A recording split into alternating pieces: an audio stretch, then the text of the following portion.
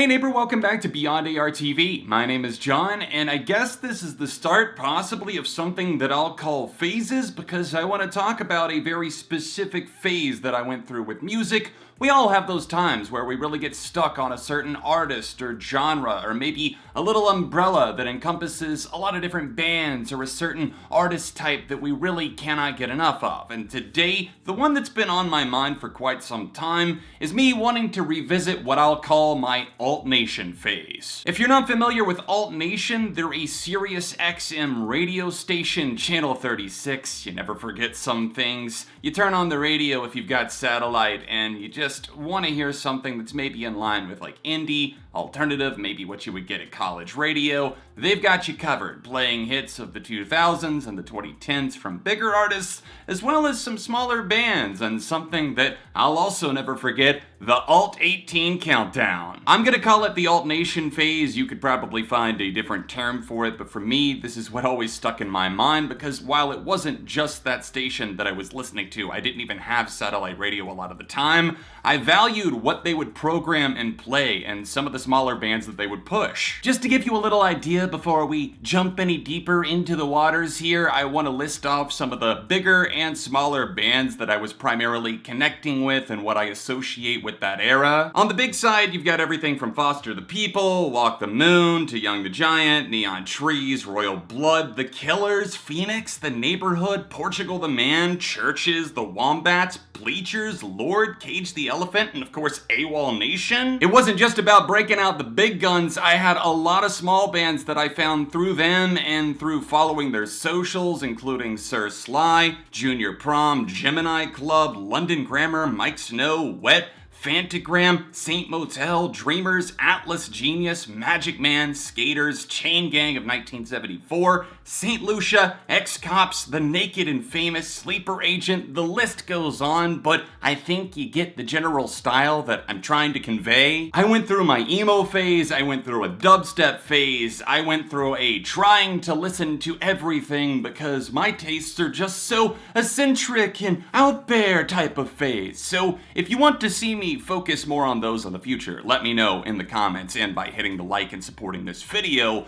But today, as I focus in on the Alt Nation years of John from ARTV, I just want to kind of flip it inside out and remember fondly that time, because phases, while they can be cringeworthy to look back in the rear view on, it's not always a bad thing, and you can go back to music of that time in your life and just smile. Of course, there's bands that I look back and I'm like, oh god, that didn't exactly age well. But there's so much that I miss about Alt Nation. Just firing up the radio, getting excited to see what was going to make the countdown this week. It's one of those things where I've always focused on and enjoyed the chart process. What was breaking out, what was climbing its way up. You got to vote and be a part of it. And I'm sure if you ever tuned into Alt Nation, then you can feel that too.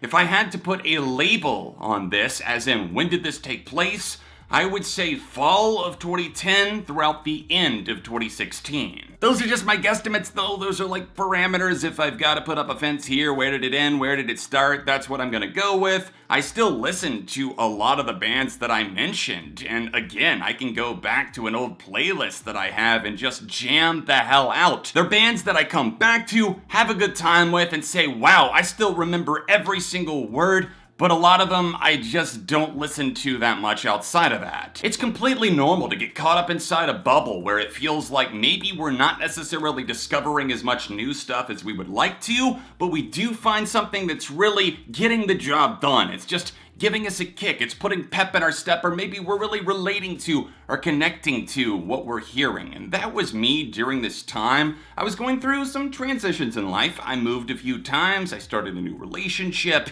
It was something that was kind of on the verge of where will my life go from here? Maybe I need some exuberant music that matches that mood. And so while there was other stuff in the rotation, this was definitely a heavy hitter that kept on swinging for the fences. I liked indie, I liked alternative, if it had guitars in there, but also a healthy dose of synthesizers, I was all about it. synth pop, really cleaned up alternative stuff that was super catchy, easy in and out, 3-minute earworms. I was all about it. I remember there were some on-air DJs with Alt Nation that I really liked, like Reagan, and then there were others that I couldn't stand, like Madison, because she cracked jokes constantly that were on the cutting edge of cringe at all times. Just really ahead of the curve stuff with how much they made me facepalm while I was driving around. And while I didn't keep my Alt Nation subscription forever, I found ways or friends that actually had a subscription. I would tune in sometimes to the countdowns, or else I would just keep up online. And again, this started to kind of fade out of view for me around 2017. I started listening to less of that style and more of other brands and branches of rock or hip hop or whatever it might have been. But those on-air DJs at Alt Nation, whether you loved them or hated them, I think they were definitely memorable in a lot of ways. And they, at the very least, seemed passionate about what they were playing. They wanted to give opportunities to new, smaller bands. I mean, Glass Animals are huge now, and nobody back in the day outside of like the college radio stations were playing them other than Alt Nation. All these years have passed, and I really don't know what it's like over there right now, what they're playing, if they're still playing the throwback hits along with newer stuff too. I occasionally will take a peek and see what's on the Alt 18 countdown, because I believe they're still doing that as of 2021, maybe not quite as frequently. And while it definitely feels like it's been mainstreamified in some ways, as these artists that are really just mainstream artists are breaking through all over the charts, even when the music isn't necessarily alternative, that's a problem not just with Alt Nation, but with alternative radio and playlisting in general. So for me, this phase in my life, I just fire up these songs, I go back, and I'm able to transport myself to that time. I can sing back these tracks, I can air guitar, air synth along, and you shout back every word knowing that maybe that phase isn't necessarily the biggest chamber of my heart now, but it's still a big piece of me, and you carry that. And that's why phases are important. It might not be a lifestyle. It's not a lifestyle, Mom, it's a phase. Wait, I don't think that's how that's supposed to go. It's not a phase, Mom, it's a lifestyle.